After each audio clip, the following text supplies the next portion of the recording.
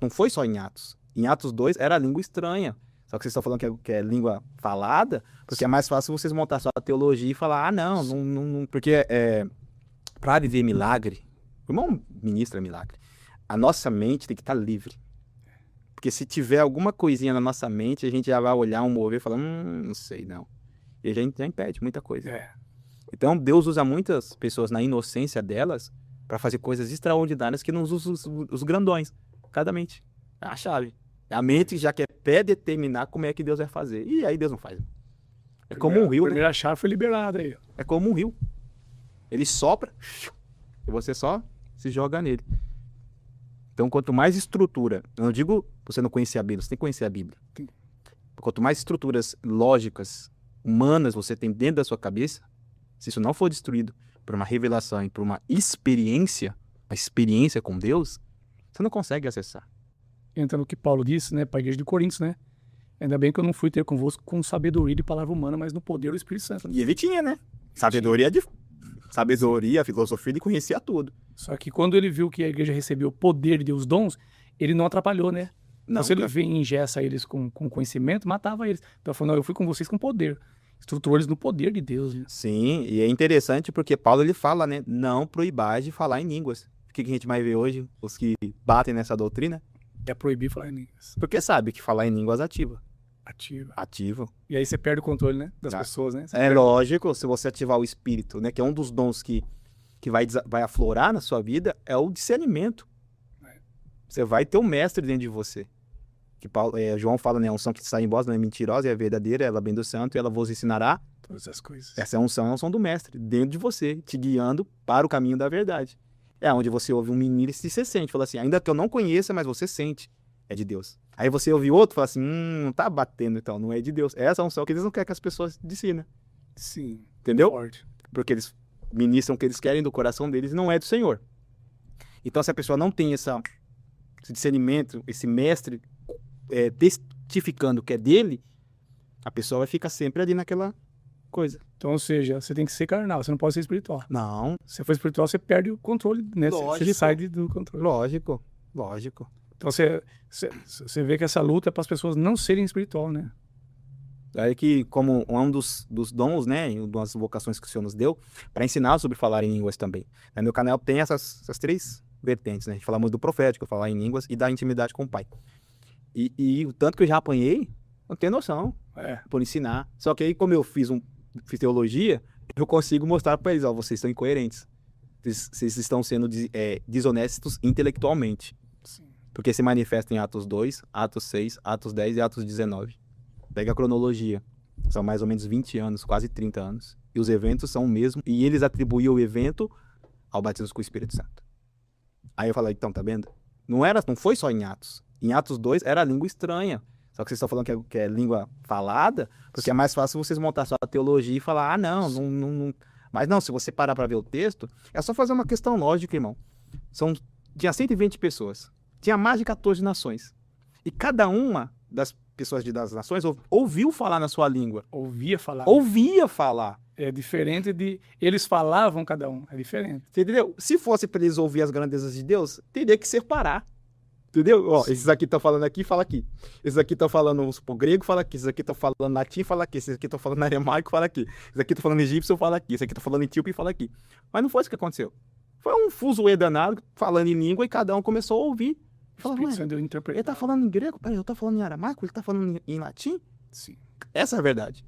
Você pode ler o texto, não tem como forçar.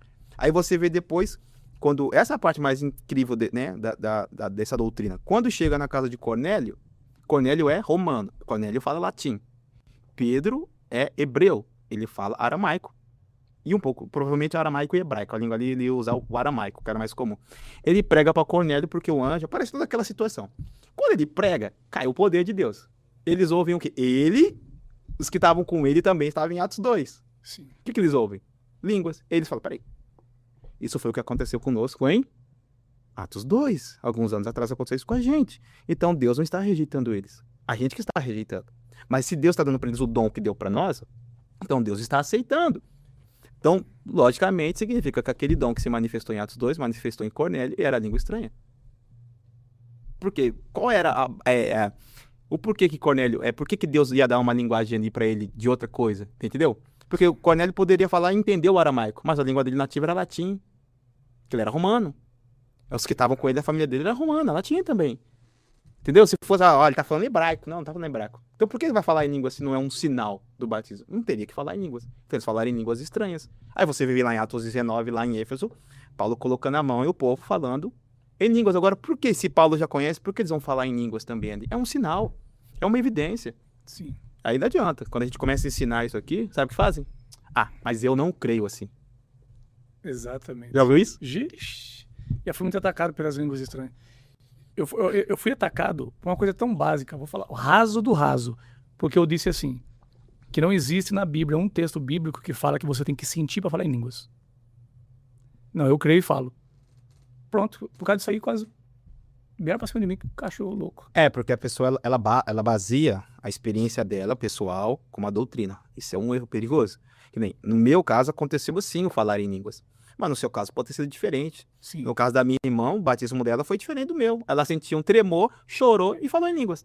O meu foi o quê? Foi fogo, fogo, fogo, fogo, fogo, fogo, fogo, fogo. E falou em línguas. Esse dom, depois que é dado a você, eu não preciso agora sentir para falar. Agora eu posso falar, está no meu espírito. É a linguagem do espírito, né? Sim, é o ativador, né? Sim. Então eu posso falar o que eu quiser.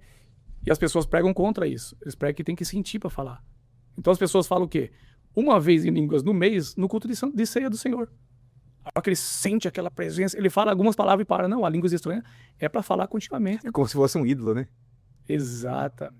Já percebi, eles endeusa e coloca ela como o ponto ápice da sua vida cristã. Sim. Não é o começo da caminhada, não falar em línguas. É o primeiro dom, assim, que se manifesta, né? Quando a gente recebe o batismo, a evidência do toque do Senhor na nossa vida é o línguas, porque ele sabia que esse seria, ele criou assim, ele destinou assim, que esse seria o começo para uma vida espiritual.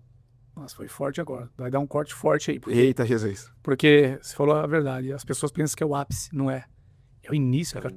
Eu vi esses dias atrás aqui, só cortando isso rapidinho, o Gilmar Santos, que é um cara que andou no poder, que eu admirei lá no passado, né? Admiro ainda porque ele mantém essa vida no poder de Deus, na cura, na libertação. E ele, cara, ele dá uma pancada esses dias. Aí ele fala assim, ó. Tô falando do pastor Gilmar Santos, uma referência no Brasil. Ele falou assim, ó.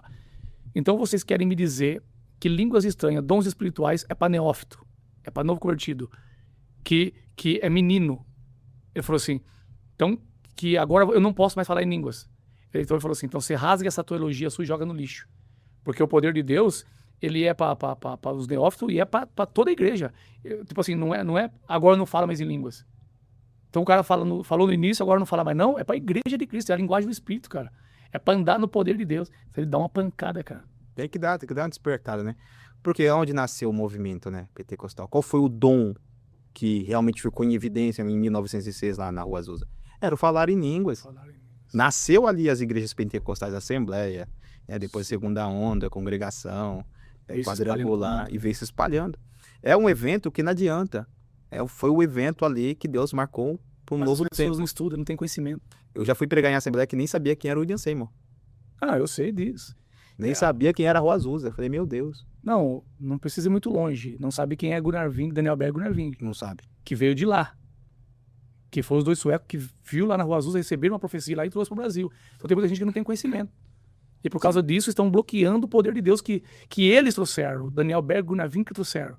Espalharam isso aí. Esses sinais que hoje as pessoas estão vendo aqui do poder, da manifestação, se você pegar o livro da história, você vai ver que... Sim. Mas eu acredito, irmão, que a estrutura que hoje está montada no coração... Porque toda estrutura vem do coração do homem, né? Toda estrutura vem do coração. É muito caro para eles agora abdicar de toda estrutura para buscar o poder. Porque para que Deus derrame o poder é necessário humildade, simplicidade. Renunciar.